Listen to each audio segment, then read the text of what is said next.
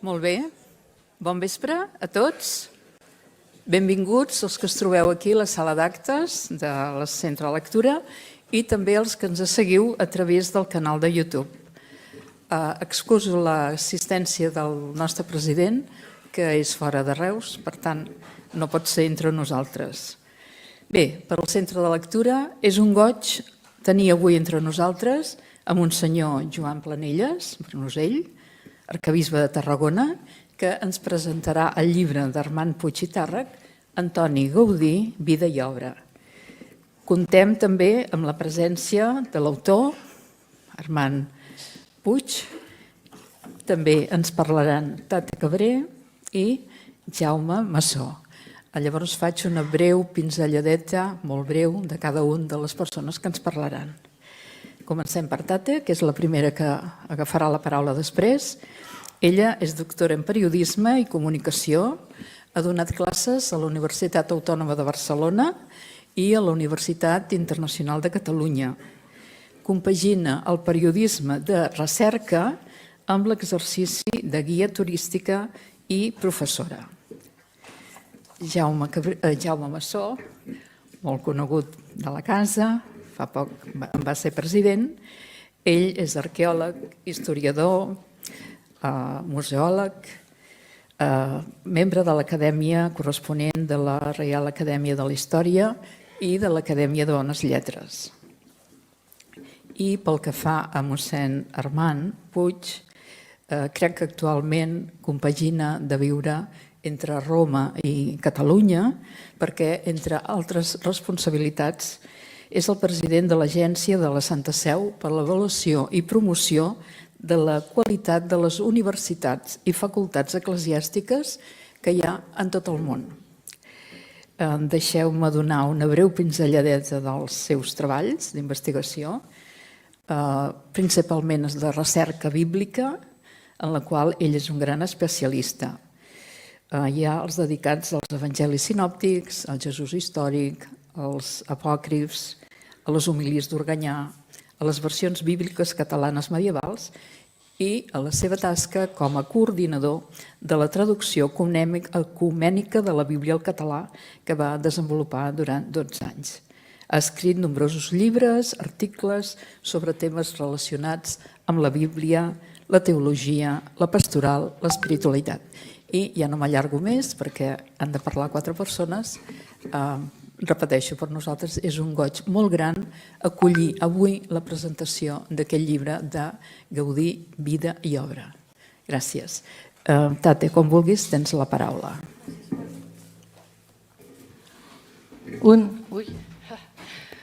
Moltes gràcies, Carme, per la presentació.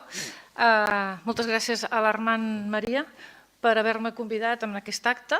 Gràcies al Centre de Lectura. Ets la vicepresidenta en funcions. Moltes gràcies per fer d'amfitrions. Al Jaume Massó i al senyor arquebisbe per compartir taula. I a vosaltres, gràcies per haver vingut un divendres al vespre i compartir el vostre temps amb nosaltres. Com ha dit la Carme, jo soc periodista i soc periodista de recerca i fa molts anys que busco i que grato en els temes de Gaudí. I amb aquest tema que comparteixo aquí amb la taula va ser per mi una grata sorpresa quan el 2010 vaig descobrir que el mossèn Armand, o l'Armand Maria, com li dèiem a la Selva, publicava un llibre sobre Gaudí que es deia La Sagrada Família segons Gaudí. Ell llavors era un biblista molt important, internacionalment conegut per la seva biografia de Jesús, traduïda a 7 idiomes, en la qual es va veure que era un home molt valent, perquè es va enfrontar a certs sectors de l'Església que el criticaven, i em vaig quedar admirada que posés un peu dintre del món del gaudinisme, perquè jo no li coneixia. I aquesta setmana, mirant entrevistes que t'han fet, Armand, a la tele, vaig veure que deies que el 2010, suposo que amb motiu de la visita de Benet XVI a la seva família, vas dir, jo tinc que entrar, tinc que conèixer, i vas anar, per primera vegada et vas impregnar a la nau central i et vas posar en marxa els motors i al cap d'un any ja vas treure aquest llibre del 2010, La Sagrada Família segons Gaudí, que a mi em va agradar molt, el tinc aquí. és una exègesi de Gaudí, com diuen ells. Una exègesi, pels que no som biblistes, és una anàlisi, normalment de la Bíblia, però en aquest cas de Gaudí, i que està molt ben fet, amb els peus de pàgina que et remeten al final, una estructura super ben feta, una anàlisi dels símbols, perquè és comprendre un símbol al subtítol, i que és molt bé, que està molt bé.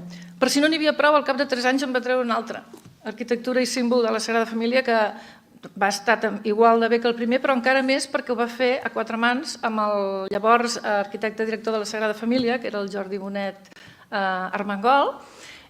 Llavors ell fa la interpretació dels símbols, que és molt més ampliada que la del primer llibre, i el Jordi Bonet fa la segona part dedicada a l'arquitectura, i es complementen i estan molt bé. Jo d'aquí vaig treure moltes coses perquè, com us ha dit la Carme, complemento l'ofici de periodista amb el de guia turística oficial i quasi cada dia vaig a la Sagrada Família.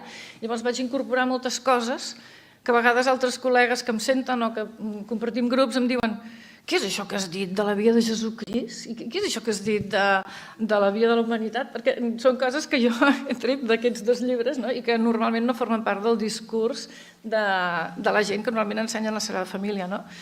Ni tan sols dels guies especialitzats que fan la visita litúrgica, perquè a la Sagrada Família pots fer la visita social, la litúrgica, la tècnica, i per nosaltres això ha sigut un regal, una benedicció. Estava parlant d'aquest descobriment de l'Armand com a gaudinista i que ara, per si amb això fos poc, quan em va trucar per dir que presentava un llibre, dic: i ara què faràs, no? I llavors em va estar explicant que suposo que això pels que no estem a dintre del món de l'Església és una mica complicat, però com que ja sabeu tots que Gaudí està en procés de beatificació, doncs aquesta causa per la beatificació comporta que s'hagin de presentar a Roma una sèrie de documentació molt difícil d'elaborar, entre la qual hi ha una biografia, que és el que es va encarregar l'Armand, unes visions heroiques, virtuts heroiques que fa el pare Gaspar Mora, el doctor Gaspar Mora, i una altra part que fa el doctor Josep Maria Blanquet, que aquest sí que el coneixia perquè va fer un llibre sobre el pare Manyanet i la seva relació amb la Sagrada Família, que m'agrada molt, també m'agrada molt. I a més és el coordinador de tots els congressos de Gaudí, el pare Blanquet, és conegut dintre del món del gaudinisme. O sigui, aquesta va ser la tercera sorpresa, i que em demanessis a mi, que no soc ningú, que jo vingués en aquesta taula, amb el Jaume, que és una autoritat, i el senyor Arcavisa, doncs per mi jo estic molt contenta i molt agraïda. Llavors, en aquesta biografia que va fer a l'Armand, que era immensa, aquest llibre n'és un destil·lat. El Jaume i jo anem amb les galerades, el llibre el teniu allà al final, però nosaltres encara anem amb les galerades perquè un gran detall que fa un mes que ens va passar l'original i així ens l'hem pogut buidar al màxim. Llavors, en aquest destil·lat m'agrada molt perquè manté l'estil dels altres llibres, de notes de peu de pàgina, bibliografia, que tot va supercoordinat, el marxamo de la casa Puigtàrrec, perquè igual que la teva germana Roser, sou d'una pulcritud i d'un perfeccionisme amb les cites i amb tot el que feu. I llavors aquest destil·lat de la biografia de Gaudí per la causa de la beatificació està molt bé. Però abans d'entrar en el llibre volia parlar una mica de la relació de Gaudí amb la selva del camp, perquè nosaltres compartim la condició de gaudinistes, però l'Armand i jo compartim la condició de salvatans, salvatans pocs i amargants, com diuen o deien els del Cuber. I a la selva tenim l'orgull que, com molts pobles al voltant de Reus, com Riudoms, perquè el Jaume és de Riudoms, ha sigut un poble sempre molt culte i molt musical. I Gaudí va anar bastantes vegades i tenia amics, i m'agradaria destacar 5 personalitats que tenen molta relació amb Gaudí, de les quals l'Armand seria la 6a, per gran autoritat. El Miquel Àngel em mira qui seran aquests 5, estàs intrigat. El primer que citaré és mossèn Josep Maria Cogul i Montner. A casa meva era l'oncle capellà, perquè era un germà de la besàvia, que era compositor molt bo, és el que va escriure els gojos de la Verge de Misericòrdia, aquells de Puig sou vos la nostra mare, tothom se'l sap aquí, estic segura, i a més de ser el compositor dels gojos de Misericòrdia, era un gran organista de Santa Maria del Mar. Va ser molts anys l'organista de Santa Maria del Mar a Barcelona, va guanyar molts premis de composició, va fer sardanes, va fer tot tipus d'harmonitzacions, per quasi viu uns llibres gruixuts de música gregoriana. Mossèn Cogul era una passada i era amic de Gaudí. I va fer amb Gaudí cursos de gregorià i a la seva família al museu hi havia una foto de tots els participants, te'n recordes? Estava al museu quan anaves amb aquelles finestretes des de les quals es veia la tomba de Gaudí, que ara tota aquella part està tancada perquè la Sagrada Família cada 2 per 3 canvien el museu, no? I estava mossèn Cogul assentat en un primer pla, una mala cara perquè tenia molt mala salut i en canvi era 10 anys més jove que Gaudí. I el va sobreviure 10 anys. Si Gaudí no hagués mort amb l'accident del tramvia l'any 26, doncs hagués viscut molts més anys, perquè era una persona que estava en molt bona forma, era molt prim, menjava saludable, portava avellanes a les butxaques i menjava moltes avellanes. Això tots els d'arreu ho sabem tots, no? Doncs aquest seria el primer personatge que vull citar. Llavors ell era mentor d'un seminarista molt culte, escritor, poeta, Ventura Gasol, que aquest es coneix més perquè va ser conseller de Cultura durant la República i quan els anarquistes van destrossar la Sagrada Família l'any 36, el pare de Jordi Bonet Armengol, que era Lluís Bonet i Garí, va anar a la Generalitat perquè el Domènec Soranyes, que era el que portava la batuta, va quedar totalment out quan va veure la destrossa, i se'n va anar a la Generalitat a demanar una brigada per poder arrossegar tots els trossets de maqueta de guix darrere de les tàpies, d'un racó, i van posar unes tàpies i llavors van mantenir darrere les tàpies tota la Guerra Civil fins que després de la guerra van treure les tàpies, van començar a unificar les maquetes que segur que els que vam anar a la Sagrada Família fa 20 anys encara es veia, encara es veien totes les estanteries amb unes etiquetes i tot molt ben classificat. O sigui que hem dit mossèn Josep Maria Cogul, després Ventura Gasol, que va ser seminarista però ho va deixar per dedicar-se a la vida política, a la literatura i tot això. Després un altre mossèn, mossèn Fons de Cal Pastelero, allà veia la Montsant, que era el tio, que va conèixer Gaudí a León, al seminari de León, quan ell era seminarista a León, i Gaudí estava per les obres de la Casa Botines de León i el seminari d'Astorga, el Palau Episcopal d'Astorga. I allà mossèn Fons li va donar una targeta de visita a Gaudí. Al revés, Gaudí li va donar una targeta de visita a mossèn Fons. I aquesta targeta la van guardar i durant l'any Gaudí el Salvador Palomar ens va comentar: tenim una targeta inèdita de Gaudí, no sé si te'n recordes, Montsant, i llavors la van fer servir de logotip, perquè és preciosa, és un anagrama de Gaudí molt bonic, Antoni Gaudí, i tu ja ho coneixes això, Jaume, la van fer servir de logotip per una sèrie que van fer a La Vanguardia, diària, de 35 capítols, que es deia Vivir Gaudí, que va anar sortint durant l'any Gaudí. I la targeta de mossèn Fons va servir de logotip a tota la sèrie de La Vanguardia, i va quedar molt bé.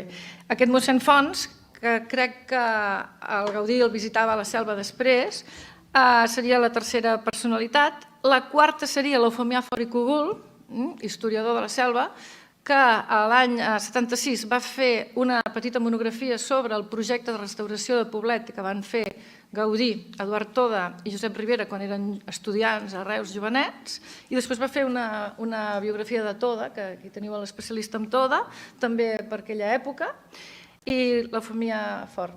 El 75. I tants erudits aquí, no te'n pots sortir d'un any, I per últim, la gran personalitat, que encara no té cap carrer a la Selva ni té cap placa, i això s'ha d'arreglar, salvatans que esteu aquí, en Joan Francesc Ràfols i Fontanals, descendent del Mas Fontanals, que està per allà a Bon Retorn, d'una família d'indians tarragonins que va comprar el Mas Fontanals i que, com li devia tocar amb herència a un altre parent, ell va llogar una caseta, que encara existeix, davant de la defensa agrària, i allà passava els estius. Ràfols i Fontanals és tan important en el món de Gaudí que jo no he entès mai com a la Selva encara no hi ha un homenatge, una escultura, un carrer. Ràfols i Fontanals fa, quan Gaudí mor l'any 26, la primera biografia de Gaudí. I quan l'any 36, 10 anys més tard, cremen l'arxiu de la Sagrada Família i cremen tot el que Gaudí havia deixat, les seves cartes, els seus plànols, els seus dibuixos, la seva vida personal, els seus blocs de notes, tot queda cremat, què sobreviu? El que Ràfols havia publicat al llibre. O sigui que gràcies a la biografia del Ràfols, que se'n van fer 4 reedicions, tenim moltes coses que es van desaparèixer a l'incendi de la Sagrada Família de l'any 36. I també tenim el que Domènec Sugranyes va regalar al Museu de Reus, el manuscrit de Reus, i gràcies a Déu, del Domènec Sugranyes i del Ràfols, perquè si no ja sabeu que amb l'incendi del 36 va desaparèixer tot, no? O sigui que aquests serien els 5 personatges: mossèn Cogul, Ventura Gasol, Eufemià Fort, mossèn Fons, els Ràfols i Fontanals i l'Armand Maria Puig. El Ràfols i Fontanals, a més de ser el primer biògraf de Gaudí, va ser el fundador de la Càtedra Gaudí i primer director de la Càtedra Gaudí, que ara el director és el Galdric Santana, gran especialista en les campanes de Gaudí, no?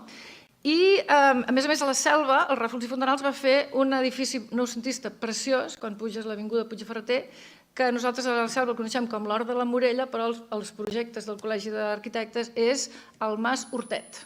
El Mas Hortet.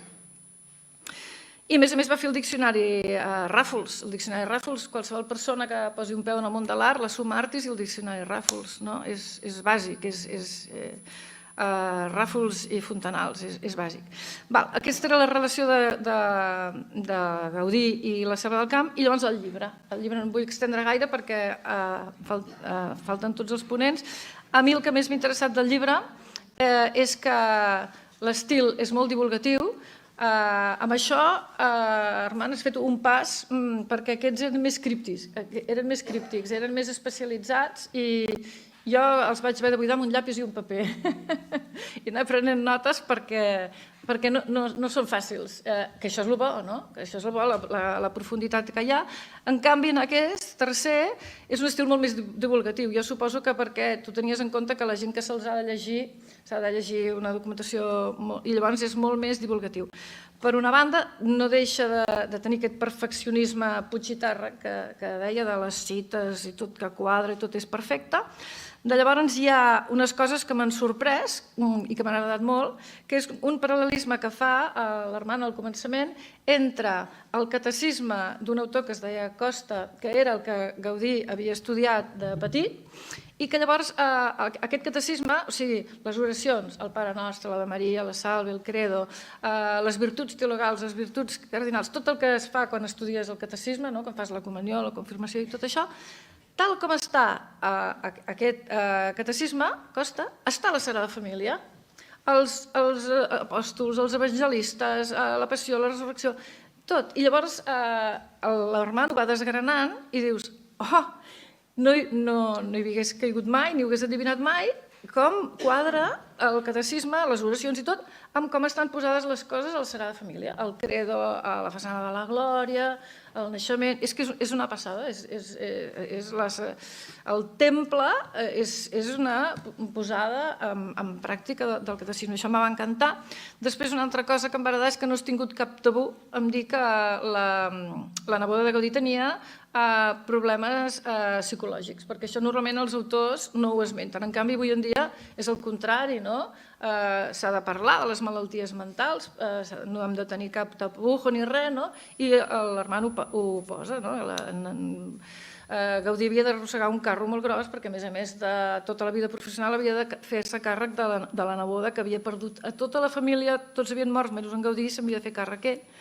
Després m'ha agradat molt la part que fas de paral·lelismes entre temes de devoció popular que són molt nostres, molt del Camp de Tarragona, per exemple, les Tres Gràcies del Divendres Sant de Reus, que l'Armand les veu a la façana de la Passió, no la que tenim ara, perquè Subirachs ho va canviar, sinó en el projecte que va fer Gaudí de la façana de la Passió, on hi havia un Sant Crist a l'entrada de la porta que et recorda el Sant Crist de la Sang abans de donar les voltes, i després l'Armand també hi veu paral·lelisme entre els dos armats que van als costats de Sant Crist amb els elms, amb les amb les xemeneies de la Pedrera i tot això. I aquests paral·lelismes m'agraden molt. De fet, tu al pròleg ja dius, al pròleg, que aquest sentiment d'identificació de natura i arquitectura que fa Gaudí al llarg de tota la seva carrera, per tu, que ets de la Selva del Camp, te resulta molt fàcil perquè és el mateix ambient, els mateixos referents, la mateixa vegetació, la llum i tal, que tu també has vist de petit. I a mi em passa exactament el mateix. És que quan les coses de Gaudí em resulten tan familiars que per això m'ha agradat també això. I una altra cosa, un últim apunt, ja acabo, noves dades que has incorporat, perquè és una biografia molt actualitzada. Hi ha, per exemple, l'última gran notícia del món Gaudí, ha sortit aquest any, 2024, que va ser el descobriment per part d'un historiador que es diu Julià Bretos, que la famosa Doña Isabel, la gran donant anònima de la Sagrada Família, gràcies a la qual aquella petita església de barri, que havia de ser un temple expiatori, es va convertir en el gran temple estàndard internacional de Catalunya actualment, doncs això es va produir gràcies a una donació d'una senyora que no va voler donar el seu nom, que es deia Doña Isabel. Va donar 500.000 pessetes, mig milió de pessetes d'aquella època, que ara serien bastants milions d'euros, i gràcies a això Gaudí va fer el canvi de concepte de la petita església de barri al gran temple megalòman que tenim avui en dia. I llavors el Julià Bretos ha descobert que aquesta senyora era la Isabel Bolet i Vidiella, viuda d'un indià cubà, i que aquests diners procedien de la ferreria de Sant Josep d'Hostafrancs, perquè el marit que havia mort era membre dels Josepets, que són els fundadors de la Sagrada Família a través del Josep Maria Bocabella. O sigui que aquesta gran notícia de l'any 2004 també està al llibre. O sigui, és un llibre que està totalment actualitzat. I per acabar, m'agrada sempre buscar coses secretes, els llibres, i n'he trobat una, no sé si l'has fet expressament, suposo que sí, que el pròleg comença dient el llibre que teniu a les mans. Després el llibre comença dient d'Antoni Gaudí i Cornet, o sigui, el llibre que teniu a les mans sobre Antoni Gaudí i Cornet, i a l'última paraula del llibre, que està, a mi em queda la pàgina 344, però clar, com que tinc les galerades, el llibre imprès deu ser diferent. A la pàgina 344, l'última paraula amb la que acaba el llibre és amor.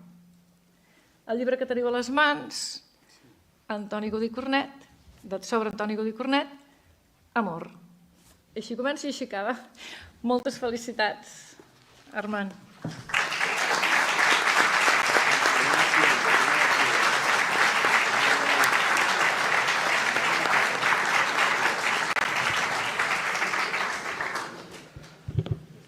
Bé, precisament en Ràfols mateix, l'any que ve, fa 60 anys que es va morir, podeu aprofitar l'aniversari per fer-hi... Els salvatans que tens aquí... Per fer la placa aquesta i el carrer i tot això, podeu posar, no? 60 anys de la mort, doncs és una celebració important. Precisament el Francesc Ràfols va fer una biografia molt ben feta, va poder consultar molta documentació, com molt bé que es va perdre. Alguna no la va incloure al llibre, però després s'ha pogut trobar les notes que va... Bé, precisament en Ràfols mateix, l'any que ve, fa 60 anys que es va morir, podeu aprofitar l'aniversari per fer-hi... Els salvatans que tens aquí... Per fer la placa aquesta i el carrer i tot això, podeu posar, no? 60 anys de la mort, doncs és una celebració important. Precisament el Francesc Ràfols va fer una biografia molt ben feta, va poder consultar molta documentació, com molt bé que es va perdre. Alguna no la va incloure al llibre, però després s'ha pogut trobar les notes que va prendre. Jo recordo que el doctor Joan Bassegoda em va passar fa uns quants anys unes notes que havia tret d'una documentació que hi havia de Gaudí, en el qual Gaudí parlava de la primera obra que li van proposar de fer a Reus. Era el Teatre Casino, actual Teatre Fortuny, el 1880. Però, com sabeu tots molt bé, el problema de Gaudí amb Reus és que no va poder fer res a Reus. Quan ho va intentar, doncs no li va sortir malament. La transcripció que va fer d'aquests documents referents a aquesta proposta que li van fer de presentar un projecte per tal de fer una mena de concurs per fer, llavors havia de dir Teatre Casino, després Teatre Fortuny, Per cert, enguany estem començant a celebrar, fa 2 dies que estem fent actes sobre el Fortuny, perquè Reus, al segle XIX, és la ciutat de Catalunya en població després de Barcelona i, a més, és la ciutat que té més fills il·lustres, diguem-ne, en proporció a tot Catalunya. I el segle XIX és un segle extraordinàriament potent en aquest sentit i Antoni Gaudí és un dels representants. Doncs hi ha un document que t'escrivia a la part de la carta de resposta acceptant poder participar en aquest projecte, de favorecidos de ustedes, de la Junta del Teatre aquest, como a hijo de Reus, población para contribuir al embellecimiento de mi inolvidable ciudad natal, solo siento que no sean mayores mis facultades al par que la cantidad que se va a disponer para hacer algo de lo que se siente el pecho de cada uno de los hijos de la Reus esforzada. Sempre, tots els documents de Gaudí, tots, tant els signats pel seu pare com els signats pel germà, com signats per ell, sempre diu que és natural de Reus.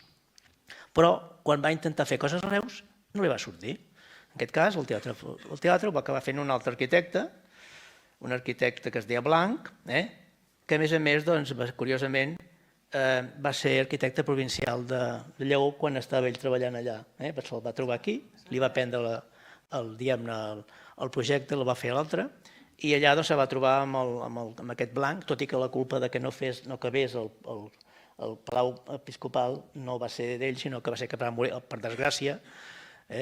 Un altre tema també interessant que un dia s'ha de tractar també és que tots els clients reusencs tampoc van acabar de funcionar perquè el mateix arquebisbe d'Astorga, que era de Reus, doncs va morir i quan ell estava treballant amb això, llavors amb la successió d'això i això, doncs finalment es va barallar amb la gent d'allà i va dir marxo. Per tant, no va acabar al Palau Episcopal. Això doncs, veu que el tema de Reus no li quedava bé, mala sort en aquest sentit, no? Per exemple, doncs, hi va haver un altre cas molt conegut, o potser no tan conegut, els detalls menys coneguts, que és el tema de la famosa pedrera de Barcelona, la casa Milà que diuen, que de fet s'hauria de dir casa Milà Segimon perquè la milionària era la senyora que era de Reus, que es deia Roser Segimon, que els familiars havien sigut alcaldes de Reus i tot, no? Era la senyora rica, que per això el Milà diuen que no sabia si s'havia casat amb la vídua Guardiola o amb la Guardiola de la vídua, no? Llavors també va fer un projecte molt interessant, com ha dit molt bé, utilitzant referents també del territori. Per exemple, quan Gaudí, quan era petit, ell havia vist, per exemple, construir la fumera que hi ha aquí al passeig de la Boca de la Mina, aquesta fumera Cuidal, i la va reproduir allà. També havia vist que moltes cases de la ciutat tenien, al final de les fumeres, tenien un cap d'armat que es deia, que girava, allò és un cap d'armat com aquests que feia servir ell, transformats, etcètera. També la mateixa campanar de Reus, l'escala del campanar, està copiada, repetida a la Sagrada Família. Per tant, ell sí que s'observava perquè, com va explicar més endavant el seu gran amic d'infantesa, que va ser l'Eduard Toda, que era 2 anys i mig més jove que ell, però que era molt intel·ligent, era dels primers de la classe, i a més era un noi molt estudiós, a diferència del Gaudí, que ja era en aquella època tenia aquest caràcter de genialitat. És a dir, quan una cosa li interessava, s'hi posava a fons i s'hi fixava. Per exemple, quan estudiava batxillerat, va treure excel·lent de geometria, perquè ell era un gran dibuixant i volia tenir aquesta inspiració de ser arquitecte. En canvi, suspenia l'aritmètica, perquè no li interessava. I també va suspendre la religió, per cert. Bueno, són coses que passen, però vull dir que és curiós això, no? I aquest Gaudí, més endavant, com sabeu, ja al començament del segle XX, li van proposar també de fer una reforma del Santuari de Misericòrdia. Era un santuari que ell estimava molt, que ho ha dit molt bé tu que ho has esmentat, que li agradava molt sobretot el retaule que hi havia allí fet pels Bonifàs, Bonifàs i Massó, no són pares meus, que per desgràcia es va destruir durant la Guerra Civil i també es va perdre la imatge de la Mare de Déu, que potser un dia o altre apareixerà en algun fons d'un pou o un lloc o altre, però tant el retaule com la imatge no són les originals. I ell, quan va començar a treballar allí, tenia molta idea, perquè ell se sentia molt, com a reusenc, de naixement, se sentia molt pròxim a la Mare de Misericòrdia, i va fer tot un projecte, del qual, evidentment, només tenim alguns esbossos, que hi ha un dibuix al Museu de Reus, reproduït al Gaudí Centre, que ja es veu que volia fer una reforma interessant, però va començar fent una tanca al voltant del santuari, per tant que la gent no entrés aquí de fer obres. Això va provocar que els veïns dels masos del voltant fessin una carta a l'Ajuntament queixant-se que per anar al mas havien de donar un tomb per la tanca aquesta, cosa que va enfadar bastant el Gaudí, per cert, i a més, l'arquitecte municipal, Pere Caselles, va fer un informe dient que aquella tanca era molt lletja, que s'havia d'enderrocar. Com sabeu, Gaudí, com a fill d'aquí al territori, diuen gent del camp, gent del llamp. I es va enfadar i va deixar també, va marxar i no va acabar res. Pere Caselles va intentar acabar alguna cosa, però el van assassinar l'any 36. Per tant, aquest projecte tampoc va reeixir. Després també va intentar fer alguna altra cosa, per exemple, no fa gaires setmanes es va presentar el llibre del Josep Cruzet sobre la factoria Vilella, que això ja amb el llibre que va publicar fa bastants anys el Guitxo Granyes esmentava que hi havia hagut una empresa reusenca que li havia encarregat de fer una casa al Raval de Santana, al final tocant ja la plaça actualment de Catalunya. Ell no, el Guixo Granyes no diu el nom, però el Josep Cruzet ho ha pogut comprovar que realment va ser un intent de fer una casa allí a aquell sector, que hi ha una casa diferent posteriorment. No va reeixir tampoc. No has dit el nom? No has dit el nom de la casa? Vilella. Sí, els Vilella, de la factoria Vilella. I després encara, l'any abans de morir, això també es va publicar fa uns quants anys amb una història del Reus Deportiu, es veu que el Reus Deportiu volia fer el camp d'esports que després seria el carrer Gaudí, precisament. Li van proposar també de participar en un concurs de fer això, un projecte de la zona aquesta d'esports. Es veu que ja no va ni contestar. Per tant, quan ho va intentar a Reus no va reeixir. En el cas de Barcelona, de la Casa Milà, també va tindre problemes. Precisament quan estava començant les obres, ell, evidentment, com que allò estava al passeig allí, al passeig de Gràcia, un passeig molt destacable, es va passar una mica del terreny que estava marcat per fer la casa. L'Ajuntament li va cridar l'ordre, escolta'm, que vostè s'està passant del límit marcat de la casa aquesta. I ell sembla que diuen que va respondre que sí, d'acord, faré, ho tallaré, ho picaré, faré picat i posaré trencat per ordre de l'Ajuntament del dia tal. Com que l'Ajuntament coneixien el Gaudí, van dir, ui, aquest és capaç de fer això. I què van fer? Va fer declarar d'interès artístic aquella casa. Per tant, va poder continuar, però va tindre la mala sort que el 1909 va haver la Setmana Tràgica. I ell havia previst de coronar l'edifici, que per això hi posa dalt una inscripció que reprodueixes tu al llibre, Ave Maria Gatea Plena, queda desordre, però això, perquè volia posar a la part central de la façana de l'edifici una imatge de la Mare del Roser en honor de la Roser Segimon. Sabeu que en aquella època, a part del Santuari de Misericòrdia, hi havia el Santuari del Roser, on hi ha avui l'Institut Gabriel Ferreter, que hi havia moltes dones que es deien Roser, ara avui en dia pràcticament ja no n'hi ha, totes es diuen Coris i Colles i tot això, no? I ell volia posar i va buscar un arquitecte, un escultor que fes una imatge d'uns quants metres d'altura. Quan va veure allò la senyora Segimon i el senyor Milà van dir que no, perquè es pensaven que és una església, m'ho cremaran, total, que no ho va fer. Això suposo que no li va agradar gaire amb ell. Finalment també es va quedar amb problemes que ho explica molt bé l'Armand Puig al llibre, de problemes, diguem-ne, de cobrar coses, d'això, de fer segons què. Finalment que també es va barallar i va marxar. Per tant, clients de reusencs, un se li mor allà a Astorga, l'altre té problemes aquí. Per tant, ell sempre havia, tots els documents que hi ha, fins i tot els documents, potser l'últim dels documents destacables, que són el que serien les instàncies que va fer l'any anterior a la mort, el 1925, el gener de 1925, que va enviar dos escrits adreçats directament al cardenal de Tarragona, que era conegut seu, evidentment, Capil·lemi Luxtre, doncs fa dues cartes en el qual, eminentíssim senyor, Antoni Gaudí Cornet, arquitecte,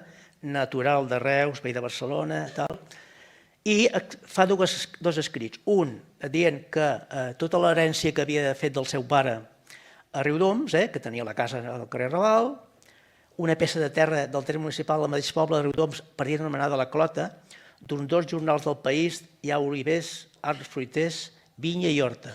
No diu res de Can Mas, per cert. Doncs tot això ho dona a l'arquebisbat perquè facin una missa en record del seu pare.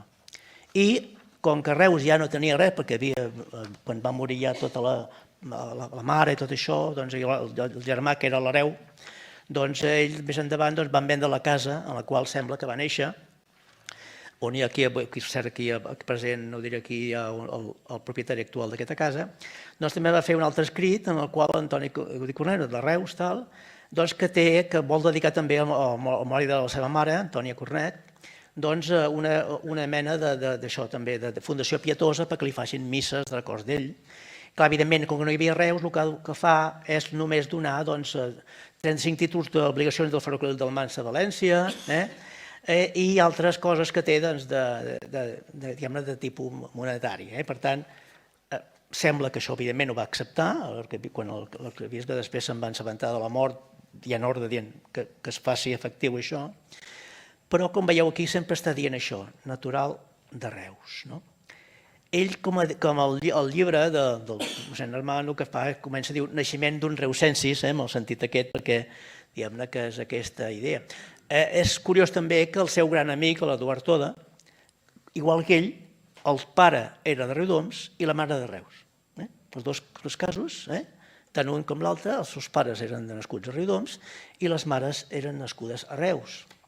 A més de la part de l'àvia, l'àvia materna, doncs també era nascuda a Reus i per això, quan va morir el seu avi, l'avi patern, que era Francesc Gaudí Salvany, va morir l'any 28, quan ell tenia 15 anys va haver de vindre a Reus per acabar d'aprendre l'ofici de calderer, perquè a Riudoms no hi havia cap altre calderer, i a Reus sí, i per tant va vindre aquí i es va instal·lar ja definitivament, sempre consta el pare de Gaudí com a Francesc Serra com a propietari de terres a Riudoms i de terrenys i tot això, però com a habitant a la ciutat de Reus.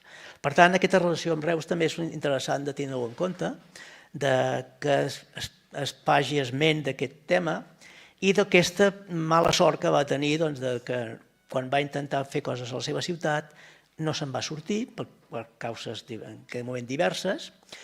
Imagineu-vos que hagués construït el teatre actual, el Teatre Fortuny. Imagineu-vos que hagués portat a terme la reforma del Seu de Misericòrdia. Imagineu-vos que hagués fet també aquest edifici d'aquesta casa pel senyor Vilella, que hagués fet també el camp d'esports del Reus Esportiu. Les cues que hi ha avui en dia per entrar al Gaudí Centre arribarien del Misericòrdia fins aquí dalt, per veure que tots aquests edificis, doncs no.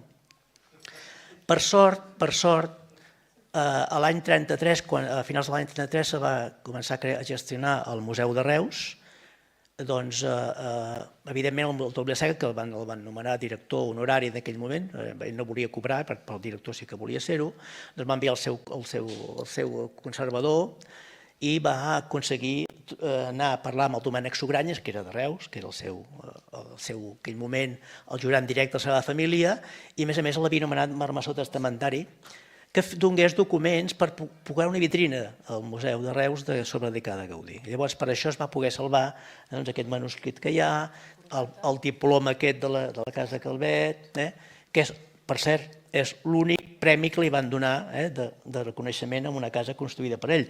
I no és les cases que vagin molts visitants a Barcelona, van a altres cases. La Casa Calvet no hi va patir ningú. I mira, és molt maca. Espera't, perquè no hi van perquè el propietari no... Però quan s'obri ja veuràs quines cues... No hi ha.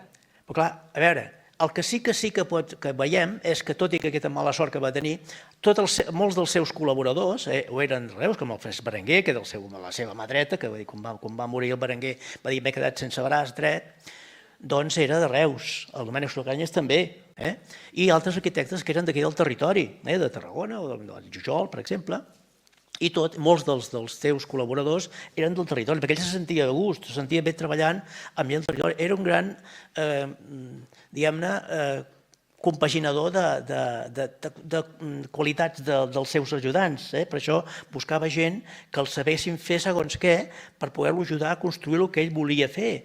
I per tant això també s'ha de destacar, aquesta qualitat. I a més, el seu gran mecenes, el senyor Güell, el pare del Güell, o sigui, el pare del que el va adoptar com a que va ajudar a formar-se, era de Torredembarra, era un indiano de Torredembarra. Per tant, tot també té relació amb el territori. I els altres, evidentment, com va anar també amb els López, perquè eren parents del Güell. O sigui, si busques, sempre hi ha una relació amb el territori. Ell ho tenia molt clar, això, de la llum aquesta d'aquí del territori és una llum molt especial. També, quan era petit, el Duart Todó ho explicava, això, que anaven a veure ruïnes de fou romà que aquí a partir de la Boada tocant a Castellvell, que anaven a Tarragona a veure les muralles, a veure la catedral de Tarragona, que va ser el primer edifici destacable que ell va interessar molt. I, per tant, és un territori que ell sempre va tenir en ment, però que, per desgràcia, no tenim aquestes obres, diguem-ne, presents. Però tenim això, aquesta documentació que es va poder salvar abans de la guerra i que, per tant, forma part, diguem-ne, del que seria l'eix del Gaudí Centre actual, que és aquest centre d'interpretació que val la pena que s'hi vagi perquè reprodueix molta documentació sobre ell. Per tant, el llibre també de Docent Puig fa també aquest primer capítol gros, aquesta infantesa, adolescència i primera joventut a Reus, 1852-1868, en el qual explica tots aquests temes i també veient la relació que va tenir, sobretot amb el seu gran amic, el Duart Toda, que era 2 anys i mig més jove que ell, però com que era alt i eixerit, no es notava la diferència d'edat. I aquest també el primer projecte que van fer jovenets, a part de fer una revista satírica i tot això, que es deia l'Arlequín, una mica manuscrita, en el qual Gaudí va participar fent primer el segell, diguem-ne, que sortia al cap de la muller de l'Arlequín, d'això, i després va fer dibuixar també l'Arlequí, i dibuixant algun dibuix també amb aquestes, però després, bàsicament, la van fer l'Eduard Toda i el Josep Ribera també va participar molt poc perquè després va marxar de seguida. Com he dit, a part d'aquesta primera revisteta de joventut, també van començar a treballar en un projecte juvenil sobre restaurar Poblet, però d'una manera, diguem-ne, moderna en el sentit de fer un lloc de residència per a la gent, de recuperar-lo del punt de vista. Per tant, és una relació amb el seu territori que sempre va mantenir i que sempre es surt en qualsevol llibre i, precisament, evidentment, amb el llibre que presentem avui de mossèn Puig i Tarrach. Endavant.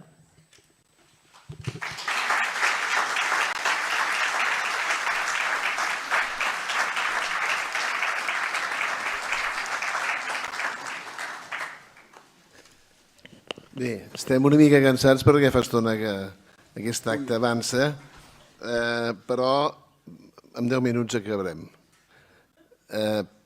Perquè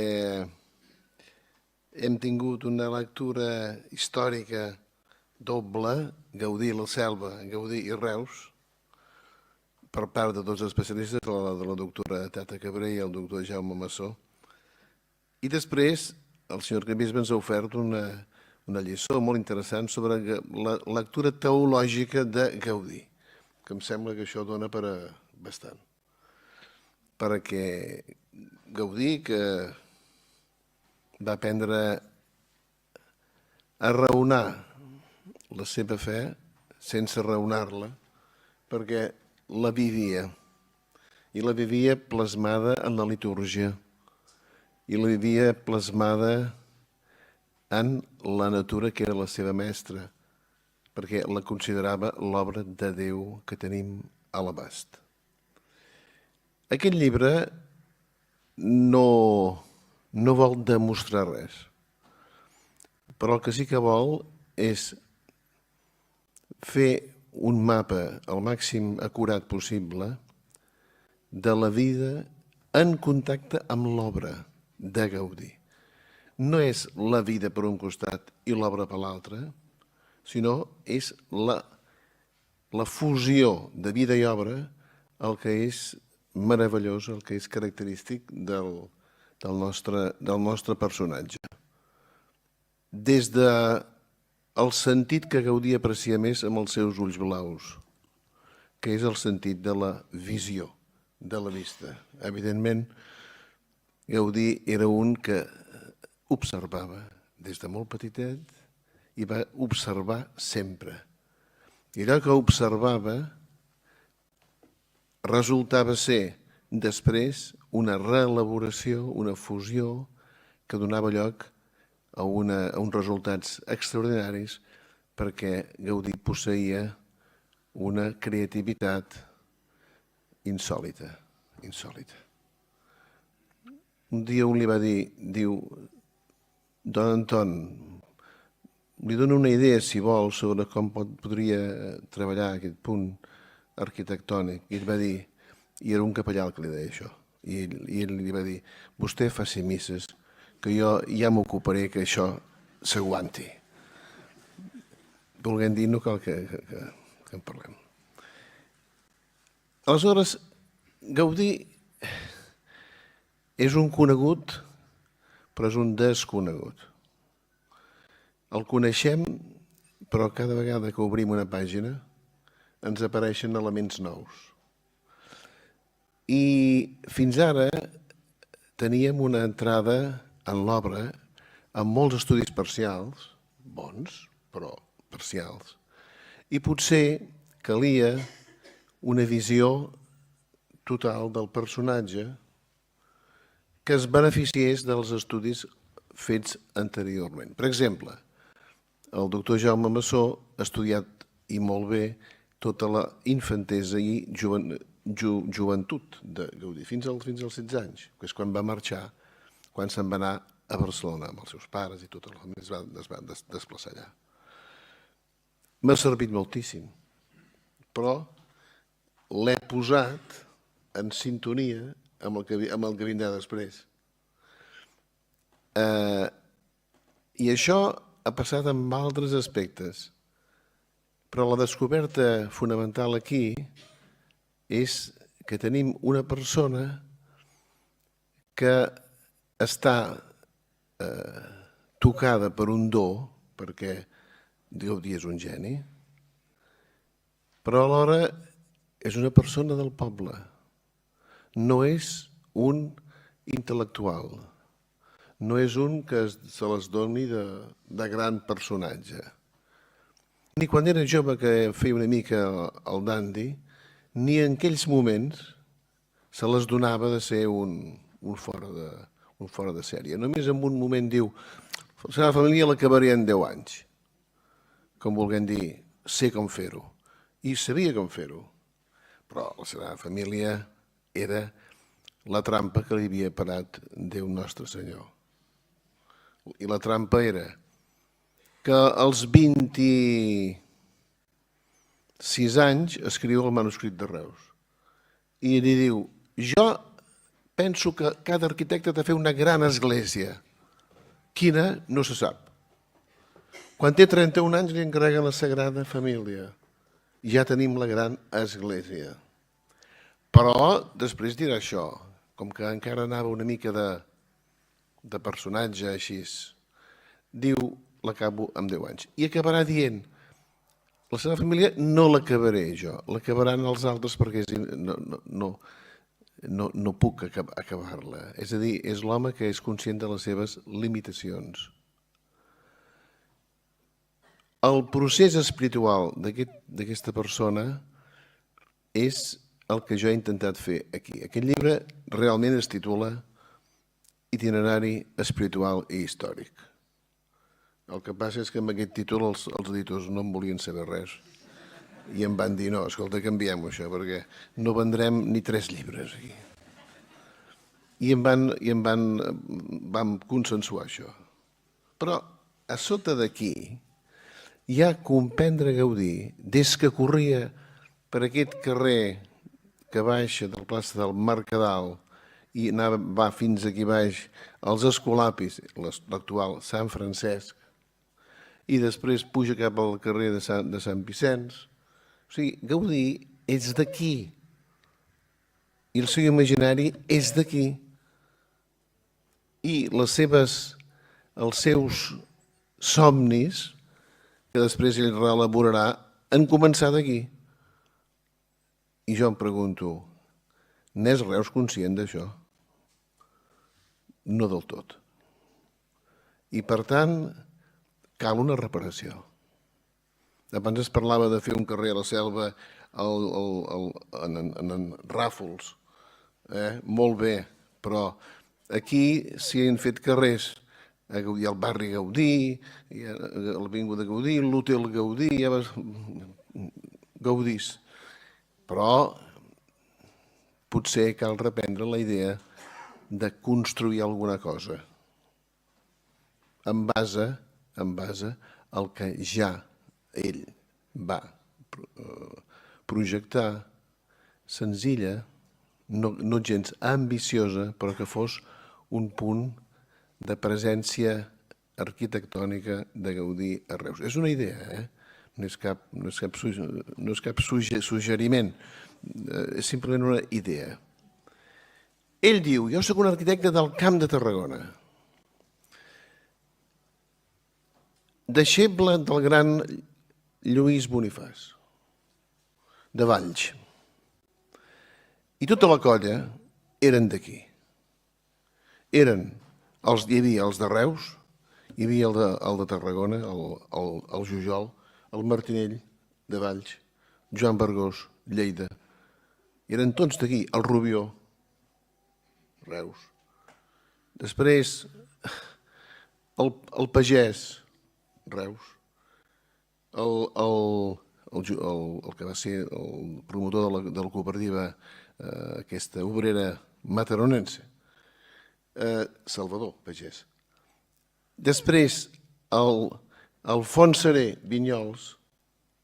O sigui, tot el món de Gaudí dona voltes amb aquesta terra, del punt de vista dels noms i des del punt de vista dels imaginaris.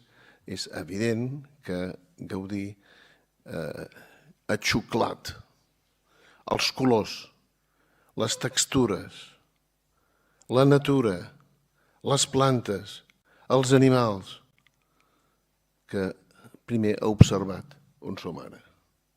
I quan on som ara és igual als de fora de Reus, amb aquestes timbes que hi ha d'aquests camins tallats, com a la Riera de Mas Pujols, com a Riudoms, etc.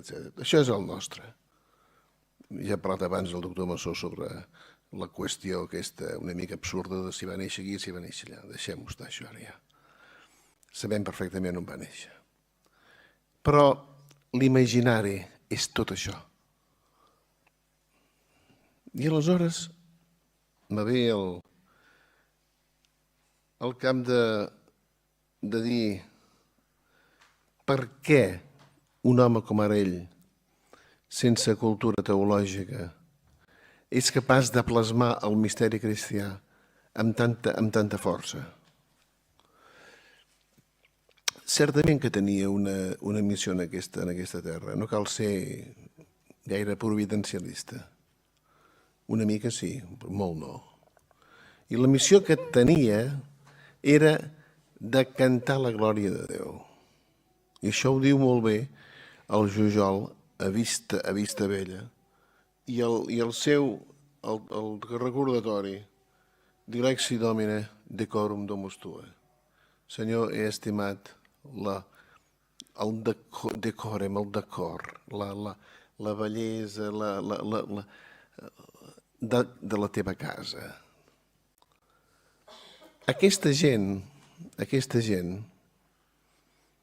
tenien un fons robust que els permetia fer una obra enorme que és insuperable. Gaudí és un geni com Ramon Llull. Jo en veig dos en el nostre context cultural català. no en veig cap més. Grans homes n'hi ha molts, grans homes. A veure, poetes, arquitectes, polítics, historiadors, el que vulgueu. Però genis, és a dir, aquell que és capaç de crear, d'innovar des de la tradició, però sempre amb una idea nova, això no és a l'abast de tothom. I Gaudí és això. Acabaré només amb un petit exemple d'aquesta capacitat d'innovació. Si aneu al Passeig de Gràcia, trobareu la Casa Batlló i la Pedrera. Quants metres hi ha entre una i l'altra? 500?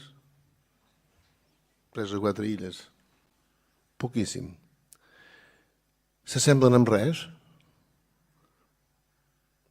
Tothom, un que no conegués el tema, diria que són dos edificis de dos autors diferents. I és la mateixa persona. I fins a la dècada d'entre el 1900 i el 1910. Què ha passat aquí? Ha passat que Gaudí té un primer nivell de significació, que és Casa Batlló, el mar, la Pedrera, la terra, i un segon nivell de significació. Casa Batlló, eix, Jesucrist que venç el mal, aquell drac ajaçat al capdamunt de tot amb l'espinada i l'ull foradat, orb, i a l'altra banda d'allà hi ha sortit Maria, és a dir, la Pedrera és mariana i la Casa Batlló és cristològica. I no semblen amb res. El mar, la terra.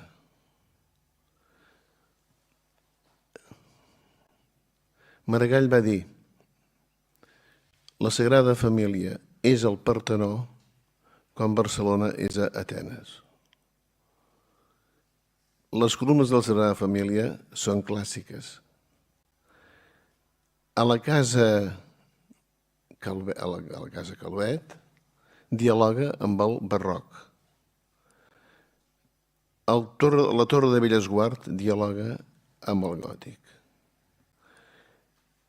El Parc Güell dialoga amb la terra, amb les forces tel·lúriques gairebé. I podríem seguir. I la Sagrada Família dialoga amb tots, però sobretot dialoga amb el Camp de Tarragona. Recordem les 12 cistelles, amb els fruits que ell ha trobat al mas, menys un, que són les castanyes, que com que venen de Prades, les posa també allà dalt amb una cistella, però són vingudes de fora. Tot això perquè entenguem que tenim al davant nostre un personatge que és estrany. Jesús té una frase, no? Diu: cap profeta és ben rebut a la seva terra. Ho dic per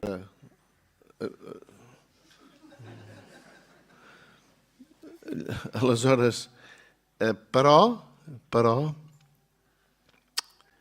els profetes no moren, i si moren ressusciten.